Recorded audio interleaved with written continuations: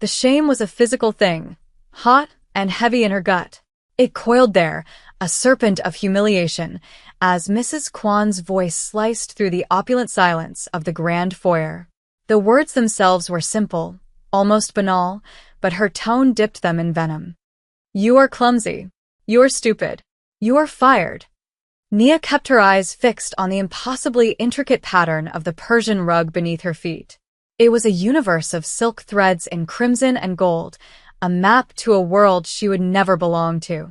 She focused on a single, tight knot of blue, the exact shade of her uniform, and prayed for the floor to swallow her whole. Her hands, clasped tight in front of her white apron, were trembling. Not from fear, but from the sheer force of will it took not to react, not to defend herself against the lie. The crystal vase had not been her fault. The head butler, Mr. Park, had bumped into her, his own mistake, but he had stood silent as a stone as Mrs. Kwan's wrath descended upon the newest, easiest target. "Did you hear me?" Mina Kwan's voice sharpened, the sound of a knife being honed. "Get your things and get out of my house. I don't want to see your face again." Nia finally risked a shallow breath. The air in the mansion always tasted of money and lemon polish. Today it tasted like ash. "Yes, ma'am," she whispered to the floor. The shame was a blush she could feel creeping up her neck, a heat that was mortifying against her dark skin. She was 20 years old, and this was the third job she'd lost this year. None of them her fault. This one just paid better and hurt more. She dared not look at the woman who had just shattered her fragile stability. Mina Kwan was beautiful in the way a freshly forged blade is beautiful, flawless, cold, and meant to draw blood. She was the wife of the man who owned this house, this street, and from what the other staff whispered in hushed tones, half the shadows and soul. Kwan Jihan. The name was never spoken above a breath. He was a ghost in his own home, a whisper of power, a man whose tailored suits and silent tread were the stuff of legend among the people paid to dust his furniture and iron his shirts. Nia had only ever seen him once, a fleeting glimpse of a broad back encased in dark gray wool, disappearing into a black car that purred like a panther. He was more concept than man, a powerful, dangerous Korean mafia boss. And his wife was the petty queen of his gilded cage. Nia gave a small, jerky bow, the picture of contrition. It was a performance. Inside, a bitter resignation was setting in. She would go to her small room in the staff quarters, pack her meager belongings, and be escorted out by security. The cycle would begin again. She turned, her movements stiff and small, ready to make her retreat. "She is going nowhere." The voice was not loud. It did not need to be. It was a low, resonant baritone that seemed to suck all the air from the cavernous foyer, leaving a vacuum in its wake. It was a voice accustomed to absolute, unquestioned obedience. Nia froze, her back to the room. The sound vibrated through the marble floor, up through the thin soles of her shoes. Slowly, she turned her head. He stood in the arched doorway of the West Wing study, a place no one but he was ever allowed to enter. He had not been there a moment ago. He moved with an unnerving silence, a predator in his own territory. Kwan Jihan was not a concept. He was terrifyingly real. He was tall, broader at the shoulders than she had imagined. He wore a charcoal suit that was so perfectly tailored it seemed less like clothing and more like a second skin, a layer of disciplined shadow. His hands were in his pockets, a casual posture that was utterly at odds with the lethal stillness radiating from him. His face was a masterpiece of cold geometry, sharp jaw, high cheekbones, eyes that were dark and unreadable. He wasn't looking at his wife. He was looking at Nia. Mina Kwan let out a small, strangled gasp. The fury on her face curdled into something else, something that looked almost like fear. "Jihan, I didn't see you." He took a slow step into the room, then another. He moved like the room owed him space. "I am aware," he said, his voice still quiet, yet it carried the weight of thunder. His gaze did not leave Nia. It was not a lecherous look, not even a curious one. It was an assessment. He was taking inventory of her, from the slight tremble in her hands to the way she held her chin, refusing to completely bow her head. He saw everything. This girl, Mina stammered, gesturing with a dismissive flick of her wrist. She broke the Ming vase. She is useless. I was simply handling it. Quan Jihan's eyes finally moved from Nia to the shattered porcelain on the floor, then to the face of his head butler, Mr. Park, who had gone pale. Mr. Park's gaze dropped to the floor instantly, his body rigid. The Korean Mafia boss didn't need a confession. He read the truth in the man's terror. His dark eyes shifted back to his wife. The temperature in the room dropped 10 degrees. You were not handling it, he stated. It was a simple correction, but it carried the force of a death sentence. You are being cruel because you are bored. It is an unattractive quality. Mina flushed, her perfect composure cracking. How dare you speak to me? Do not, he cut her off, the words like chips of ice. Finish that sentence. Silence. Thick, heavy, suffocating silence. Even the grandfather clock in the hall seemed to be holding its breath. He walked past his wife, as if she were a piece of furniture, stopping directly in front of Nia. He was so close she could smell the clean, sharp scent of his cologne, cedarwood and something else, something like cold night air and smoke. She had to tilt her head back to meet his eyes, and she immediately regretted it. Looking into his eyes was like looking into a deep, dark well. You knew there was a bottom somewhere, but you had no desire to find it. He saw the defiance she was trying to hide, the flicker of pride she refused to extinguish.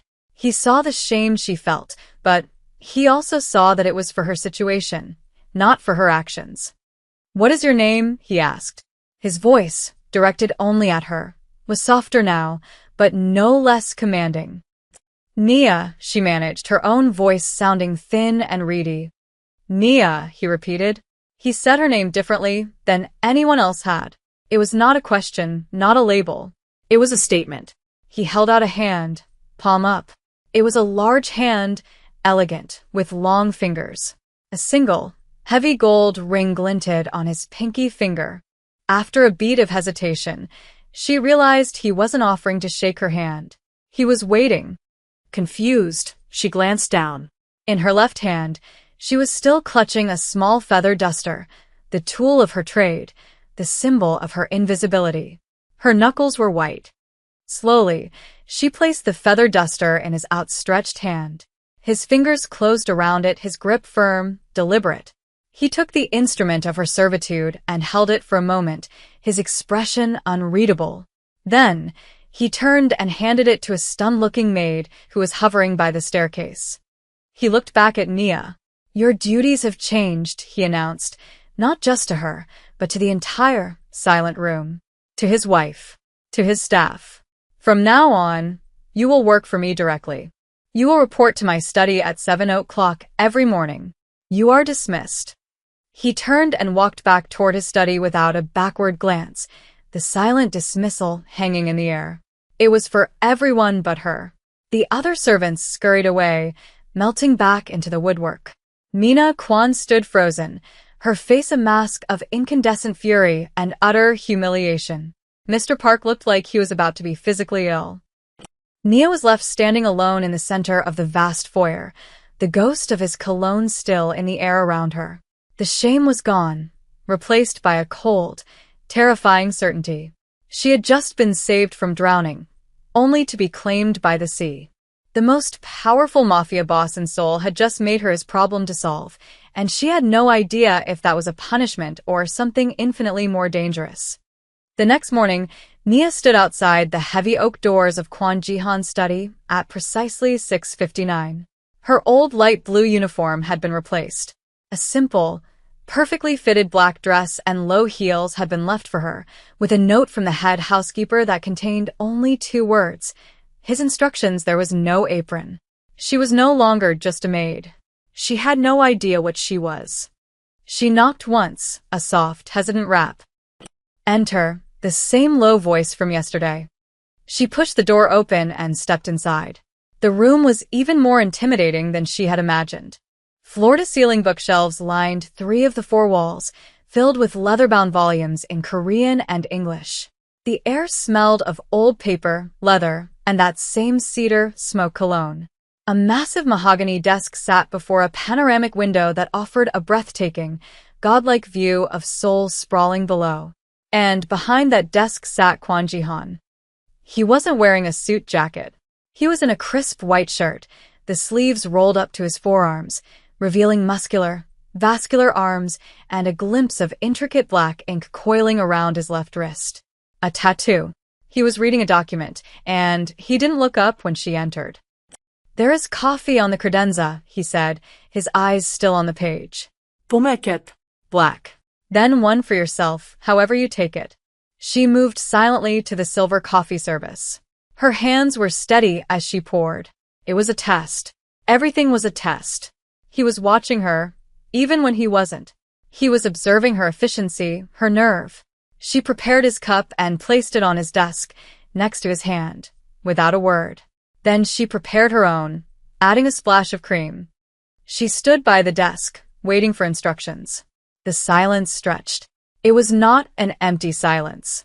It was heavy, weighted with unspoken power. He finally set his document down and picked up the coffee, taking a slow sip. His dark eyes watched her over the rim of the cup. "The Kims are making a move on the port," he said, as if she were a trusted lieutenant and not the girl who was dusting his furniture yesterday. "They think my marriage to Mina's family has made me weak." Predictable. Nia's heart hammered against her ribs, a frantic bird in a cage. This was beyond dangerous. This was a world of men with names like Kim and Kwon who fought over ports and power. She was supposed to be saving money for community college, not listening to the private business of a mafia boss. She said nothing.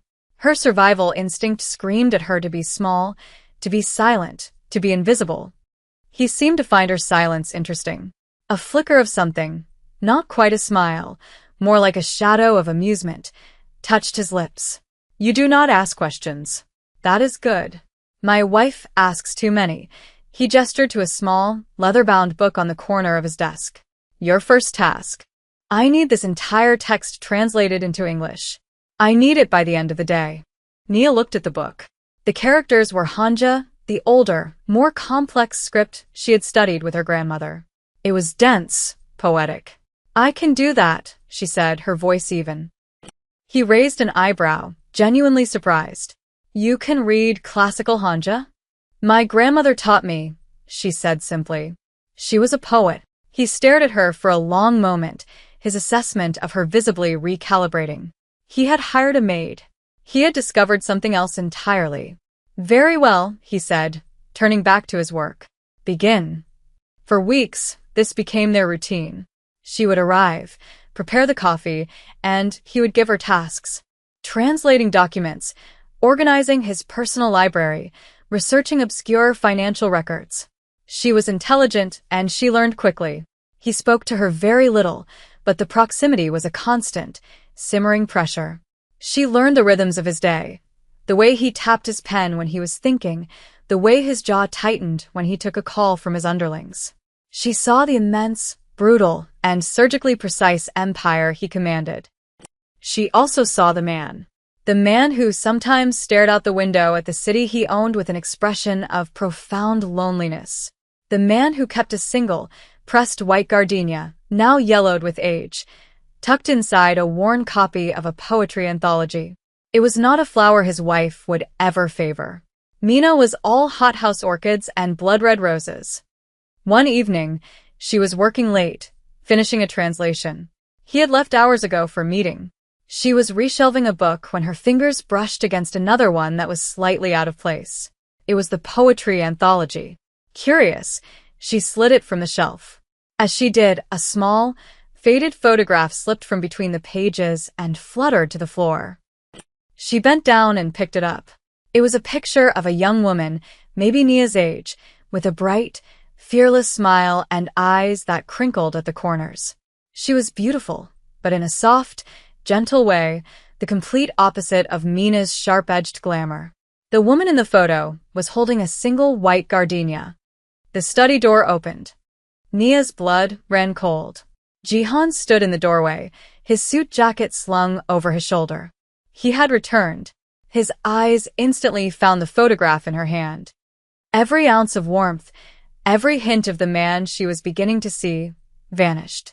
The Mafia boss was back, and his eyes were chips of obsidian. The cold fury that radiated from him was more terrifying than any shouting could ever be. He strode toward her, his movements silent and deadly. He snatched the photo from her hand without touching her skin. "What do you think you're doing?" His voice was a low snarl. It fell," she stammered, taking an involuntary step back.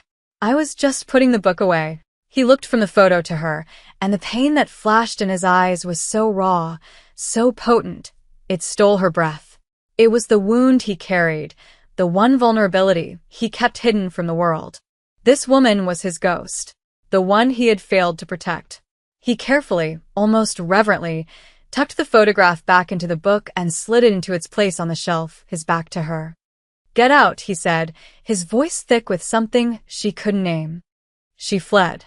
She thought she would be fired for real this time, but the next morning, he was at his desk as usual. He did not mention the incident. The wall between them was back, higher and colder than ever. But Nia had seen the truth. She had seen the crack in his armor. A week later, the Kims made their move. It wasn't subtle. It wasn't a message. It was a declaration of war. Nia was in the study, organizing files, when the world exploded. A deafening roar shattered the late afternoon quiet, and the panoramic window bowed inward, then burst into a million pieces of glittering, deadly rain. The force of the blast threw her from her feet. She landed hard on the Persian rug, her ears ringing, her mind struggling to catch up. A car bomb, on their street, meant for him. Through the ringing, she heard a grunt of pain. Jihan was on the floor near the desk, a large shard of glass embedded in his shoulder. Blood, dark and shocking, was already soaking through the pristine white of his shirt. Her training from a brief stint volunteering at a community clinic kicked in. Competence under pressure. She scrambled to her feet, ignoring the sting of cuts on her own arms. Alarms were blaring throughout the mansion. Men were shouting outside. This was her chance. Her one, perfect chance to run. The front door was probably chaos. She could slip out a service exit, disappear into the city, and never look back. She could be free. She looked at him. He was trying to rise, his face pale, his jaw set in a grim line of pain. He was the monster who owned her, a man who dealt in violence and death. She owed him nothing. But she remembered the look in his eyes when he'd held that photograph. The profound grief. The failure he carried like a shroud. Instead of running toward the door, she ran toward him. She ripped a clean, linen runner from the credenza and pressed it hard against the bleeding wound on his shoulder. "Stay still," she commanded, her voice surprisingly steady. "You have to put pressure on it." He froze, not from her command, but from her action. He stared at her, his dark eyes wide with shock. He had expected her to run. Everyone ran. In the midst of chaos and shattering glass, with sirens wailing in the distance, he grabbed her wrist.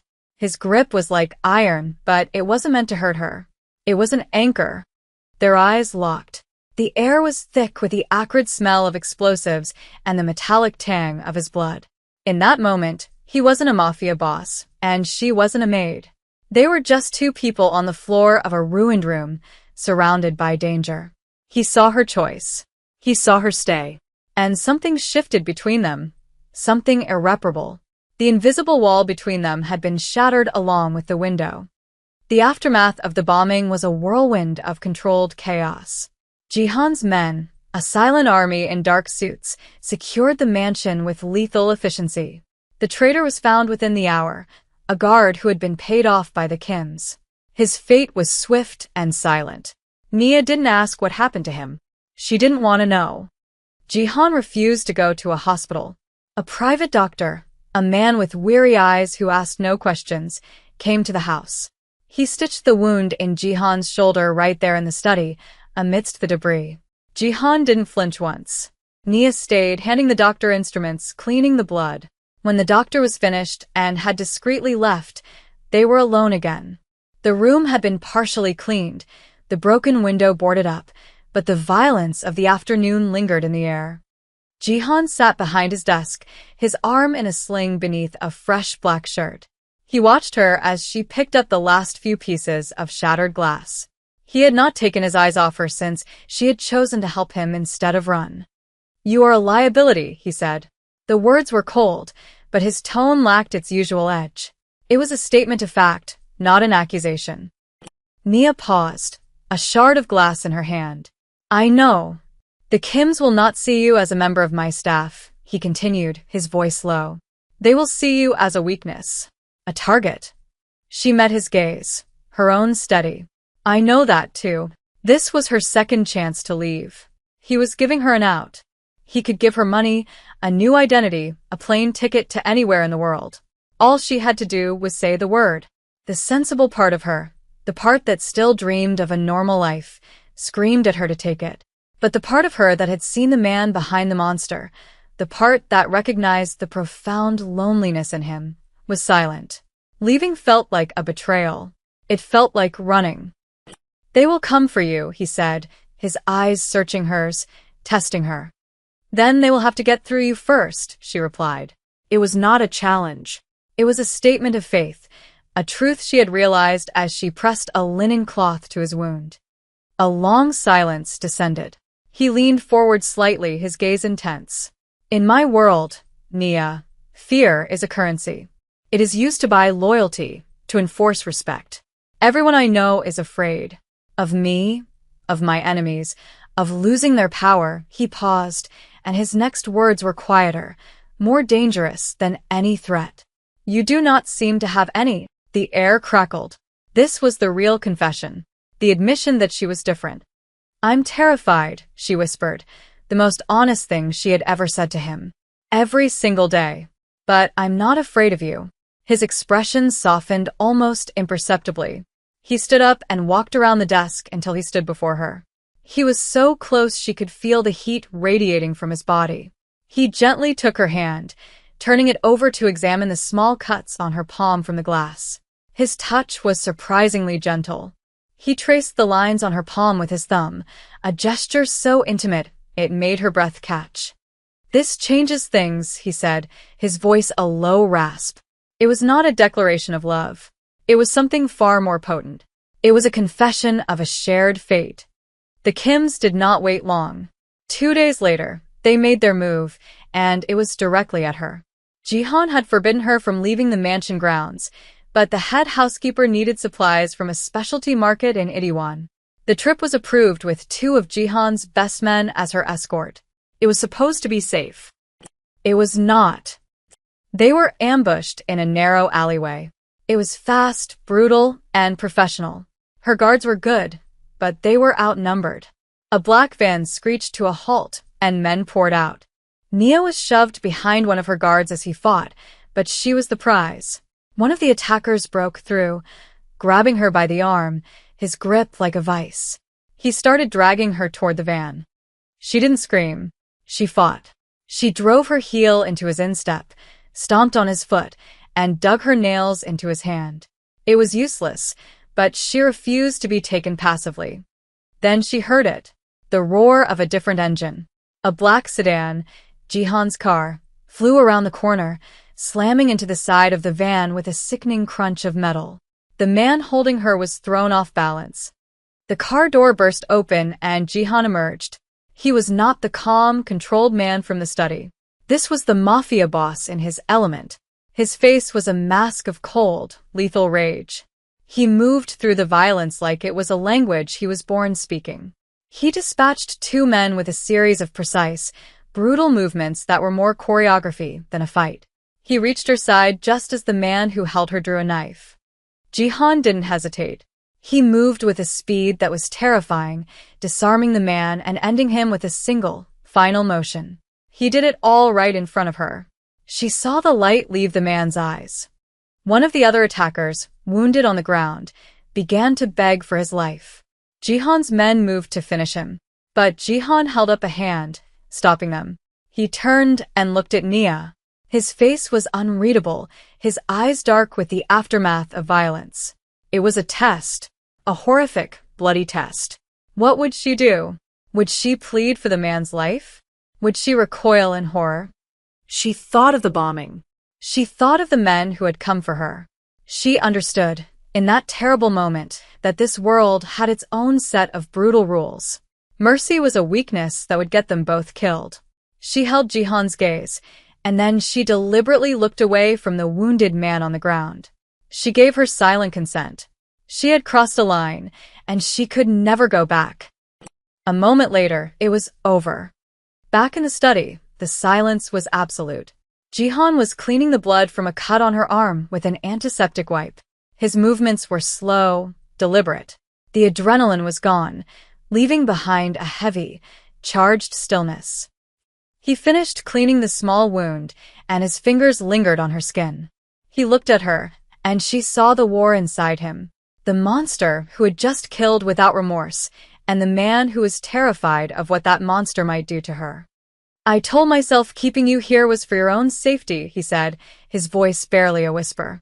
"I was lying to myself." It was the most honest thing he had ever said. He was not keeping her for her safety. He was keeping her for himself. The final message from the Kims arrived the next day. It was a simple white box delivered by a courier who vanished before security could grab him. Jihan opened it in his study, with Nia standing beside him. Inside, nestled on a bed of black satin, was a light blue maid's uniform, identical to the one she had worn on her first day. It was splattered with a dark, reddish-brown stain that looked horrifically like dried blood. The message was unmistakable. "We know who she was. We know what she is to you now. And we will get to her." Jihan closed the box slowly. The finality of the action was chilling. This was the end of the games.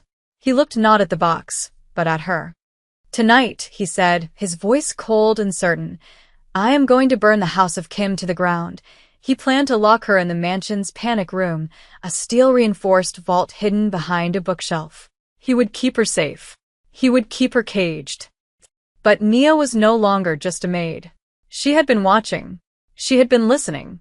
She had seen the architectural plans for a rival's new restaurant, the Kim family's latest legitimate front, spread across his desk for a week. She had seen him tracing the ventilation shafts.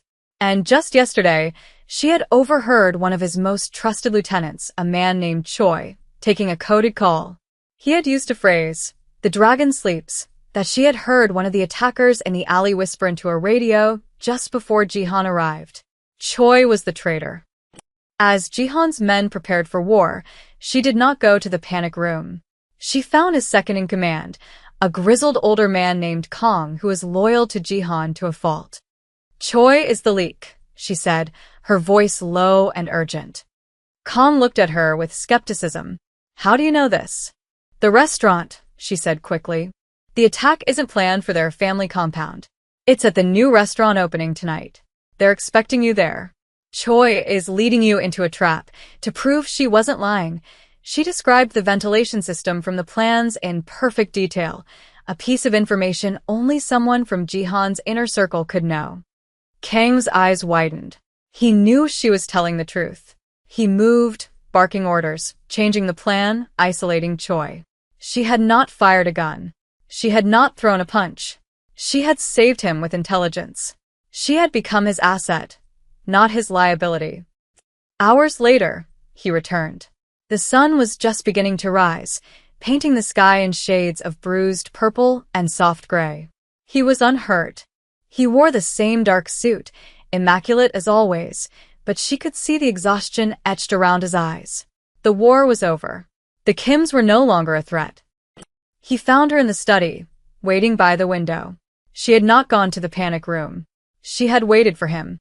He stopped in front of her. The silence in the room was different now. It was not tense. It was settled, final. He did not thank her. He did not praise her. Words were insufficient for what had passed between them.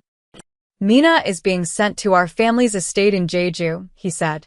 His voice was flat, an execution of a sentence long overdue. "She will not be returning to Seoul. The position is permanent." He had cleared the board. He had removed the final piece that stood between his world and her. The cost had been paid. Her old life was a ghost, a dream she could no longer remember clearly. She had seen death, and she had chosen to stay in its shadow. He walked to the vast window, looking down at the city that was now, unequivocally, his. The lights of Seoul glittered below them like a carpet of captured stars. He did not look at her, but he held out his hand, his palm open at his side. It was not a command. It was not a request. It was an invitation to share the throne, to enter the cold, dangerous, and absolute world he commanded, not as a captive, but as a queen. Nia walked toward him, the nascent dawn reflecting in her eyes. She placed her hand in his. His fingers closed around hers, a silent, binding claim. The city was theirs, and the night was finally over.